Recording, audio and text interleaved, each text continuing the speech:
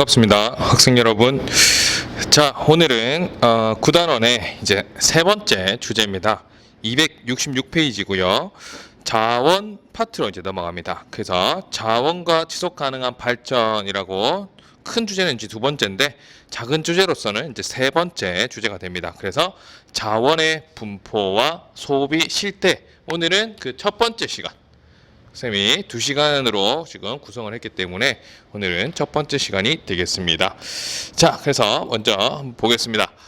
자원의 의미와 특성을 먼저 살펴볼 텐데, 자, 자원이란 것은 뭐냐? 자, 첫 번째 의미, 자, 인간에게 이용 가치가 있어야 된다. 첫 번째 조건은 우리한테 이용의 가치가 있어야만 자원이라고 얘기를 할 수가 있고요.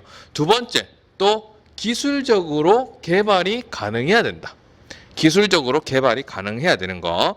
그리고 세 번째는 경제적으로도 경제성을 좀 갖고 있어야 되는 거. 그러니까 개발을 했다고 해가지고 우리가 쓰지 않으면 의미가 없는 거죠. 그죠? 그래서 이 세 가지 조건을 다 충족하는 그러한 것을 우리는 자원이다라고 얘기를 하는 거죠. 그래서 이 자원의 기본적인 특성을 한번 보게 되면 크게 세 가지로 구분할 수가 있는데, 자, 요거는 여러분들 좀 잘 알아둬야 됩니다. 자, 유한성이라는 것이 있어요. 유한성. 자, 대부분의 자원에는 자, 매장량에 뭐가 있다? 한계가 있다는 거야. 한정이 있다라는 성질이다라는 거죠. 그래서 언젠가는 이 자원들은 고갈이 된다라는 특징을 갖고 있다는 거죠. 그래서 우리는 그러한 특성을 유한성이다라고 얘기를 하죠. 그래서 대표적으로 우리가 가채연수라는 표현이 있습니다. 가채연수. 이 가채연수라는 것은 뭐냐?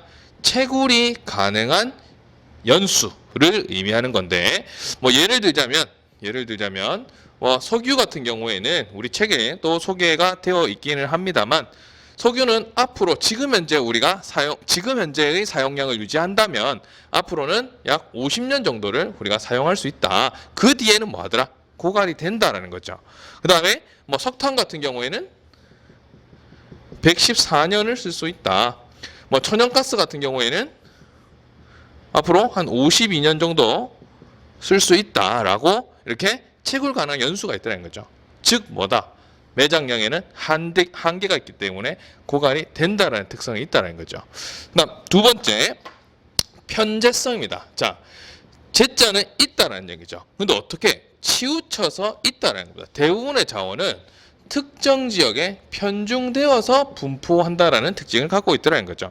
그래서 우리가 뭐 그 다음 페이지에 쌤이 지금 준비는 해놨습니다만, 여기 오른쪽에 한번 보게 되면 여기에 지금 석유의 분포가 나와 있는데, 석유 같은 경우에는 이 페르시아만, 그죠? 그 다음에 이 멕시코만, 그죠? 그 다음에 또 인도네시아 이런 지역도 좀 많이 갖고 있죠.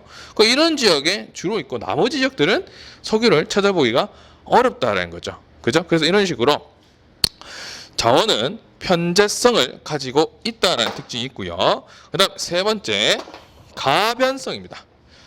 변화가 가능한 성질이 있더라. 변할 수 있다는 얘기죠. 뭐에 따라서?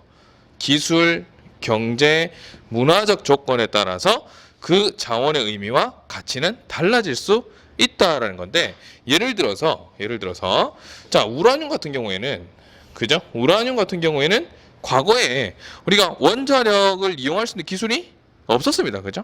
그러면은 그 당시에는 뭐더라? 그냥 광물일 뿐이더라고요. 그냥 돌비라는 거죠. 그런데 그런 것을 원자력으로 활용할 수 있는 기술이 생기다 보니까 이거는 우라늄은 아주 유용한 자원이 된다는 거죠. 그죠? 그다음 또 뭐 석유 같은 경우에, 과거에는 석유가 땅 위로 흘러도 그거를 이용하지 않았을 때는 그냥 뭐 검은색 물이었다는 거죠. 근데 그게 모의 발달과, 즉 내연기관의 발달과 함께 석유는 아주 중요한 자원이 돼버렸는 거죠. 그죠? 이런 것들은 이제 기술과 관련이 있다라는 거고요. 또 이게 경제성하고도 관련이 있죠. 그죠? 과거에 그냥 검은 물이었을 때, 이게 없었을 때는 그냥 가치가 없는 그냥 검은 물이었죠. 근데 이게 있으니까 이제는 석유는 천정부지로 가격이 솟게 되는 거죠. 그 다음에 문화적 조건에 의해서는 돼지고기, 우리나라에서는 이 돼지고기는 아주 중요한 식량 자원이죠. 소고기도 마찬가지입니다. 그죠? 하지만 이런 것들이 이슬람 문화권에 간다든지, 그죠? 그 다음에 힌두 문화권을 간다든지, 그렇게 되면 돼지고기라든지 소고기라든지 이런 것들이 이제 사람들이 먹는 음식이 아니니까, 그죠? 이것들은 어쨌든 가치가 없을 수 있다는 거죠. 자원으로서. 그죠? 그래서 이 자원은 이 세 가지의 특징을 가지게 된다라는 거고요. 자, 그럼 두 번째, 에너지 자원의 종류와 특징 뭐가 있느냐? 한번 살펴보게 되면, 자, 에너지 자원에는 크게 두 가지가 있습니다. 화석 에너지와 신재생 에너지가 있습니다. 좀 들어봤죠? 그죠? 펜을 좀 바꿔보겠습니다. 이게 더 진할 것 같아. 자, 화석 에너지. 선생님이 수업 마지막 시간에 수업 끄트머리에 수업을 시작해서 종이 치고 있네요. 자, 화석 에너지는 말 그대로 뭡니까? 이 태우면 연기가 나는 것들이죠. 그죠? 그래서 석유, 석탄, 천연가스, 우리가 기본적으로 알고 있는 가장 흔히 쓰이는 그러한 에너지를 화석 에너지다라고 얘기를 하고요. 그 다음에 신재생 에너지가 있습니다. 신재생 에너지는 신에너지와 재생 에너지를 이제 합쳐서 얘기를 하는데, 이제 신에너지 같은 경우에는 이제 연료전지라든지 아니면 이제 수소 에너지 이런 것들 이제 새로운 에너지들이죠. 그죠? 그다음에 재생 에너지 같은 경우에 다시 쓸 수 있는 거, 뭐 수력이라든지 풍력이라든지 지열이라든지 뭐 바이오 에너지라든지 뭐 해상 에너지라든지 이런 것들을 합쳐서 우리는 신재생 에너지다라고 얘기를 하는 겁니다. 자, 그래서 이러한 이제 에너지들의 특징을 한번 살펴보게 되면, 자, 에너지 자원의 생산 지역과 소비 지역이 뭐하더라? 불일치하더라라는 거야. 그러니까 생산하는 지역 따로 소비하는 지역이 따로 되기 때문에 자원은, 에너지 자원은 뭐가 발생하더라? 이동이 발생을 하더라라는 거죠. 그죠? 그렇기 때문에 이러한 에너지 자원들은 국제 이동량이 많더라. 근데 그 중에서 누가 가장 많다? 석유가 가장 많더라는 거죠. 아무래도 석유가 아주 중요한 에너지 자원이, 지금 현재로서는 아주 중요한 에너지 자원이 되기 때문에 그렇겠죠. 그래서 아래쪽에 선생님이 그 석탄과 석유의 분포와 이동 지도를 지금 넣어놨습니다.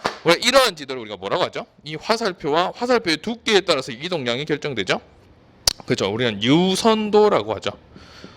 그죠? 이러한 지도를 우리 유선도라고 표현합니다. 석탄의 먼저 분포를 한번 보게 되면, 석탄은 그래도 뭐 전반적으로 보면 유럽에도 있고요, 뭐 러시아도 많고요, 우리 중국도 있고요, 우리나라도 실제 석탄도 있죠. 그다음 인도네시아, 오스트레일리아, 뭐 미국, 뭐 그다음에 아프리카, 뭐 대다수의 석탄 같은 경우에는 다 분포를 합니다. 자, 근데 이 석탄도 그 소비를 하는 나라들에 의해서 이런 일본이라든지 그다음에 미국이라든지 그다음에 중국, 산업이 많이 지금 발달하고 있는 중국과 인도 같은 이러한 지역에 지금 많이 이동하고 있다는 것을 확인할 수가 있죠. 그죠? 그다음에 오른쪽에 보게 되면 좀 전에 우리가 살펴봤습니다만 뭐 이러한 지역, 그죠? 그다음에 인도네시아, 그다음에 미국, 멕시코만 일대 뭐 이런 지역에서 이제 생산이 많이 일어나죠. 근데 사용되는 나라들을 보게 되면 뭐 중국, 인도, 우리나라도 뭐 석유를 상당히 많이 사용하고 있죠. 우리나라 같은 경우에도 뭐 2014년도의 기준으로는 탑 5까지 들어갔답니다. 그다음에 일본, 그죠? 미국, 뭐 이런 나라들, 우리 뭐 이 기업이, 공장이 많이 있는, 산업이 많이 발달되어 있는 이러한 나라들로 많이 이동을 하게 된다. 그 특징이 생산과 소비 지역이 불일치하기 때문이다라는 거죠. 그래서 조금 이따가 다시 한번 석유와 석탄, 천연가스의 특징들에 대해서 살펴보면서 생산과 소비에 대해서 한번 또 얘기를 하겠습니다.